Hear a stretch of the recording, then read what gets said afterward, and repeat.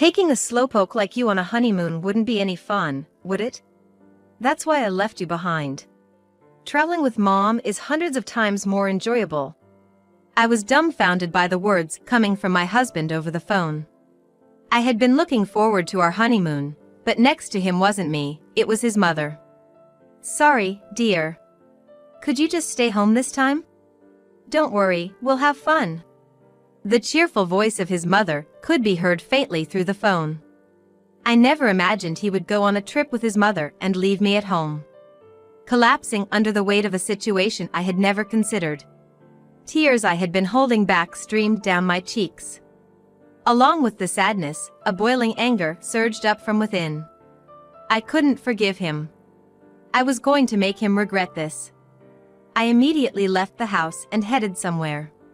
They can enjoy their trip for now. They have no idea how costly their betrayal will be. I am Kelly. I work as an administrative assistant at the metropolitan branch of a major corporation, Company A. My husband, Mike, is a salesman at the same branch. He's a kind man with a refreshing smile, and we hit it off quickly. Before we knew it, we were drawn to each other and got married after a company romance. We've been married for a year. We had our wedding, but we haven't gone on our honeymoon yet. We spent a lot on the wedding, so let's save up a bit more before we go on our honeymoon. I'm also worried about leaving Mom alone, but I promise we'll go, so please wait, he said. My mother-in-law has been living alone since my father-in-law passed away, a year before our wedding. Our condo was close to my in-law's house, and since his father's death, my husband frequently checked on his mother. Though a year had passed since she started living alone, I understood my husband's concern for his mother, a family member. My mother-in-law hasn't been very welcoming to me since we first met, and I'm honestly grateful that my husband actively checks on her. Plus, it's true we spent a lot on the wedding. I agreed with my husband's idea, looking forward to our honeymoon while we saved up. Half a year into our marriage, Mike was promoted to work at the headquarters in the city.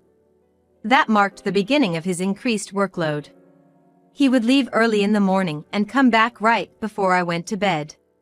He often spent weekends sleeping off the week's fatigue. Even though we had saved enough for our honeymoon, his busy schedule seemed to push it further away. Whether it was the stress of work or the life stage of being married, his personality began to change after our marriage.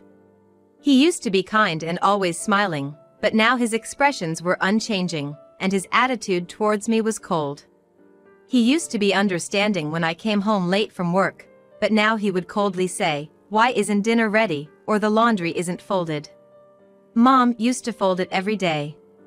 His behavior worsened after he started working at the headquarters. Each cold remark made me sad, and though I acted fine at work, my colleagues worried about my lack of energy. I know being busy can make someone irritable. There were days when his thoughtless comments upset me, but I told myself it was just a phase for him. I never talked back about his cold attitude, deciding to wait patiently until his busy period was over. Despite these emotional distances, his hard work paid off financially, and at his suggestion, we took out a loan and bought a new house. It was the home of our dreams. Far from his mother's house. When I asked if it was okay to move so far, he reassured me with a smile. Seeing his smile made me worry less about his mother, and the possibility of our honeymoon seemed brighter. The new house was closer to the headquarters, making his commute easier. My commute got longer, but if it lessened his burden, I didn't mind. Though we had taken on a large debt with the loan, we were ready to start our new life. But then we faced a significant problem. Isn't this a wonderful house? It's exciting to have a new home at this age. My mother-in-law was at our new house. I was dumbfounded. Why is my mother-in-law here? I couldn't quite grasp what she meant by new house at her age. Why? I asked, confused, as she was putting up flashy patterned curtains without asking. Why? Well, that's not a nice way to talk, dear. It's such a big house, it'd be a waste for just the two of you, right? I'll live here too. Besides, living together means I can be close to Mike," she answered with a smile. I was speechless at her cheerful response. Looking closer, I noticed belongings not from our condo mixed in. They were her things, brought over from her own home. Was she really planning to live here? I broke into a cold sweat facing this unexpected situation. I pulled my husband aside to confront him. "I never heard anything about living with your mother. Why would you decide this without asking me?" "Mom's alone now, and it's more convenient than going back and forth to her place." "Don't tell me, Kelly, you don't want to live with my mom? She's family now, just like you." "That is..." I couldn't argue back when he put it that way, even though I wasn't keen on the idea. Now I understood what he meant by being okay with moving away from his parents' house. The discussions for living together had been happening behind my back. What hurt the most was not being consulted about it. And so, our life as three began. Mike was as busy as ever, often not coming home on weekdays. I ended up spending more time with my mother-in-law. She monitored every aspect of my housekeeping, delivering daily doses of sarcasm. "Kelly, you should quit your job and focus on housework. It's so neglected, I can't stand it. This way, Mike can't properly relax at home." If the laundry wasn't perfectly folded, she made me redo it. If there was a speck of dust left, I'd get an earful. Even after returning from work, if the housework wasn't up to her standards, she demanded I do it over again. She didn't work or do any housework herself, just criticized. A minor displeasure would prompt her to say things like, "You're such a terrible housekeeper for a wife," but Mike never stood up for me. He blamed me, saying, "It's your fault for being clumsy." I considered quitting my job to dedicate myself to housekeeping, but Mike insisted, "Don't quit your job. Keep working to contribute a little to our finances." After taking out a loan, Mike became even more sensitive about money. My salary went directly to him as a way to save, and he managed all our finances. I received a small allowance, which had to cover all living expenses. The little money left after that was my actual allowance. There was hardly any money I could spend freely. After a full day of work, I was left to handle all the housework alone.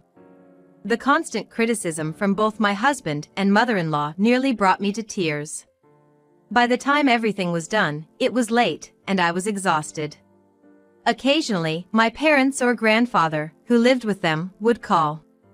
I'd put on a brave face, not wanting to worry them. Especially my grandfather's caring voice made me nearly confess how hard it was, but I didn't want to add to their worries, being newly married. I managed to say, "I'm managing all right, despite the challenges." I hoped that if I kept up my hard work at both my job and home, they would eventually recognize my efforts. Even with my mother-in-law's sarcasm and my husband's cold glances, I spared no effort to balance work and housekeeping. During the whirlwind of busy days, months passed by quickly.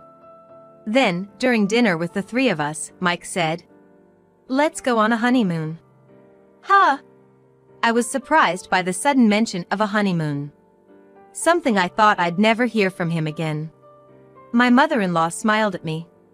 "You haven't had your honeymoon yet. Have fun." Her tone was different from her usual nagging, more like a mother sending off her daughter. Mike, who had been stern for so long, now looked softer. "It's our honeymoon, after all. Let's enjoy it to the fullest." How long had it been since I heard such kindness in his voice? I was genuinely happy that he remembered and valued our honeymoon. Both my husband, Mike, and my mother-in-law must have recognized all the hard work I had put in until now. I finally felt rewarded. Mike, who had been unhelpful with household chores until now, took the initiative to book the tickets and hotel. Our destination was abroad. Getting my passport for the first time, all that was left was to pack and wait eagerly for the day of the trip. Staring at mine and Mike's passports on the table numerous times a day, I daydreamed about our long-awaited honeymoon. Then came the day of our honeymoon. Waking up in the morning, an eerie silence greeted me. "Mike!" My husband, who was supposed to be sleeping next to me, was nowhere to be found. Thinking he might have woken up earlier, I looked for him all over the house but couldn't find him anywhere. I thought I might have gotten the date wrong, but it was definitely the day of our trip. My mother-in-law, who was always at home, was also missing. Trying to call Mike and my mother-in-law, I couldn't get through to either. After hanging up, I noticed that Mike's luggage, which had been in the living room corner until yesterday, and the passports on the table, were missing, except for mine. In my mother-in-law's room, there were several hangers without clothes on them, and the atmosphere felt different than usual. What was this situation? On the day of our trip, an unprecedented anxiety sent my heart racing.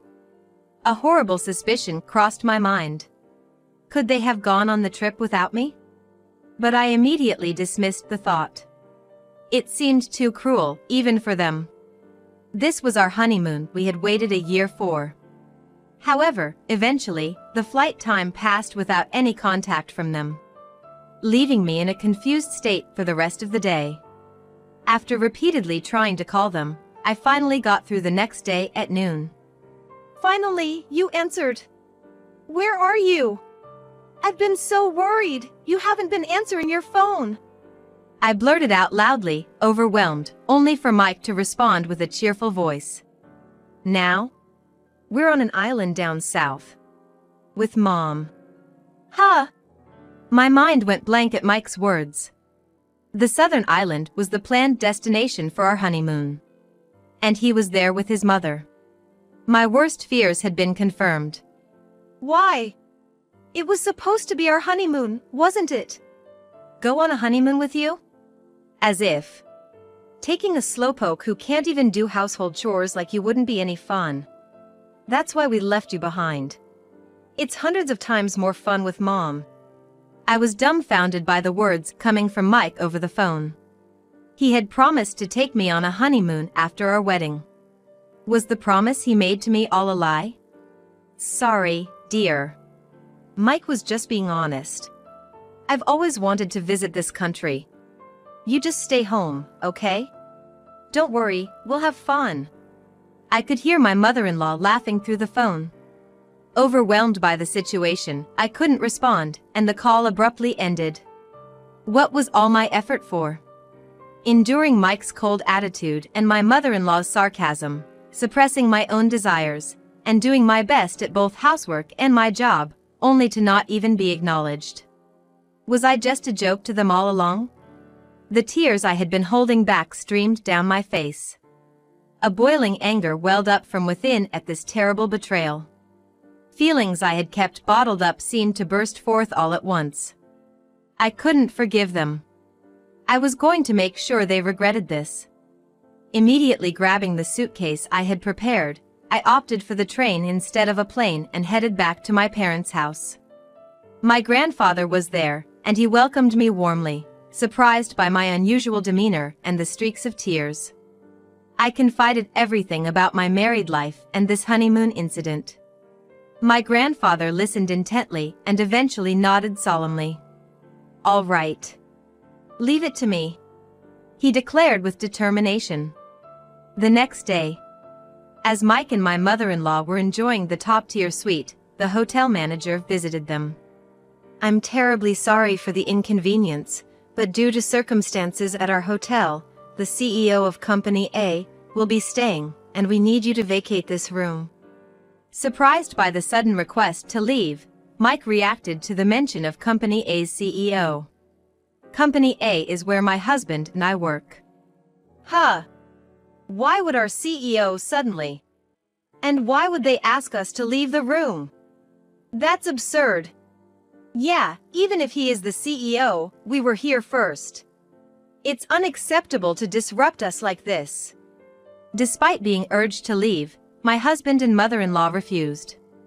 Then, a call came through to my husband, causing him confusion. The caller ID showed my name.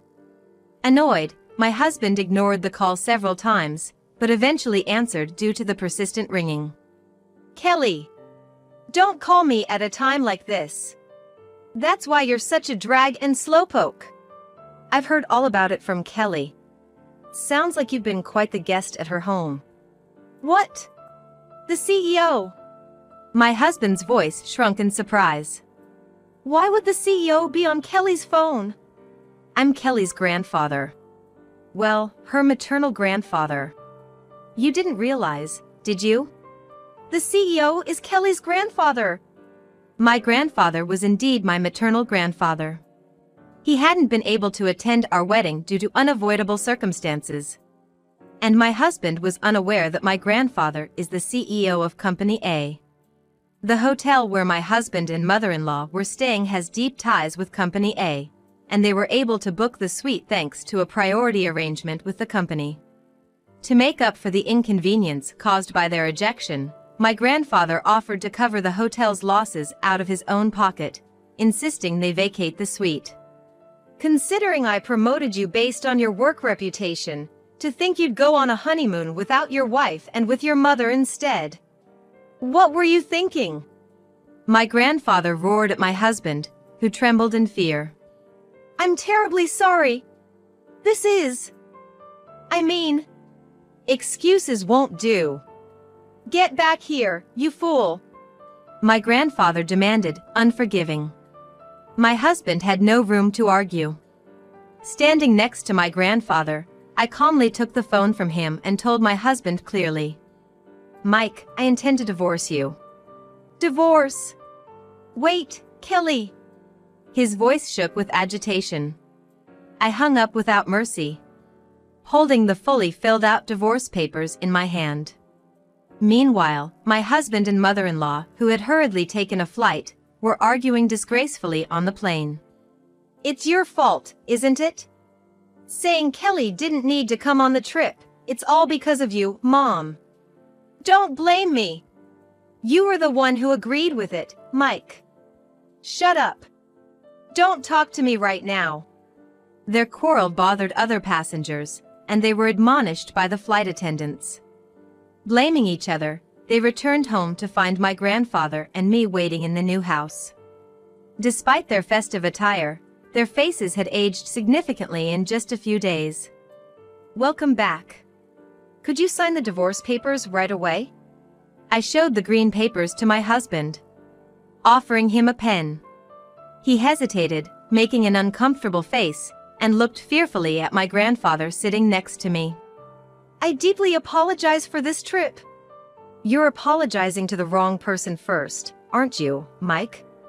My grandfather sternly corrected my husband's attempt to apologize first to him. Intimidated by my grandfather's presence, my husband turned to face me again, but couldn't meet my eyes. Kelly, I'm not looking for an apology. Just sign it. I interrupted him without hearing his apology. Under my grandfather's watchful eye, my husband begrudgingly signed the divorce papers. My mother-in-law couldn't say anything snide to me and silently watched my husband sign. This was the end of my relationship with my husband and mother-in-law. As my husband finished signing, my grandfather spoke up. Is that all the apology we're getting, Mike? What? I looked at my grandfather, curious about what he would say next. What he revealed was shocking. You've been having an affair with a female employee at the company, haven't you? I was speechless, not having noticed my husband's affair. My grandfather explained that he had been covertly keeping an eye on me through his visits to various branches. Concerned about my dwindling spirits after marriage, he hired a detective to follow my husband, uncovering the affair. Photos laid on the table showed my husband entering a hotel with another woman. The reason my husband wasn't coming home until late or at all was because he was having an affair. Despite forcing me to work, he freely spent money and even had an affair, leaving me dumbfounded and speechless. It's truly unfortunate. We can't have someone like you in the main office. Prepare yourself for the consequences. I'm so sorry. Please, anything but a demotion.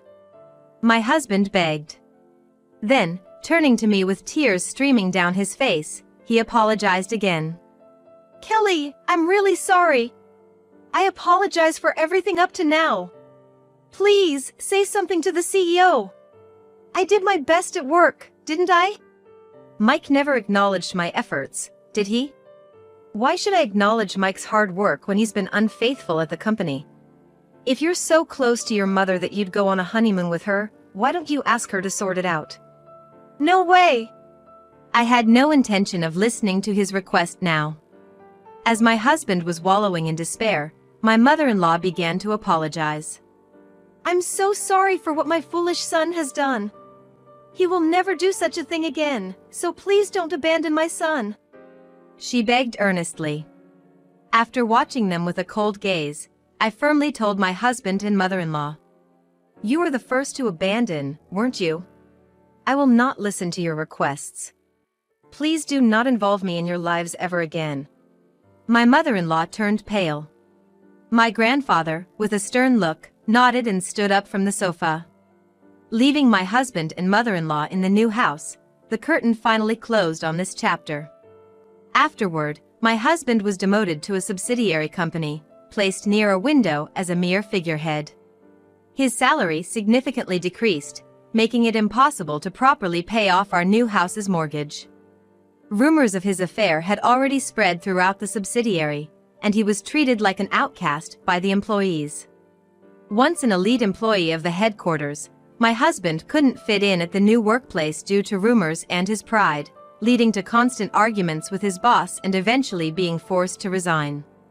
My mother-in-law, living with my husband, started working part-time to contribute a little to the household. Struggling in her first job and having all the household chores I used to do dumped on her. If she failed, my husband scolded her, and she would retaliate, leading to endless arguments at home. Meanwhile, I continued to work hard as I always did. Years after that incident, I met a wonderful man at a new job location, and we decided to get married. We enjoyed our honeymoon after the wedding, and his family warmly welcomed me, leading to happy days filled with smiles every day.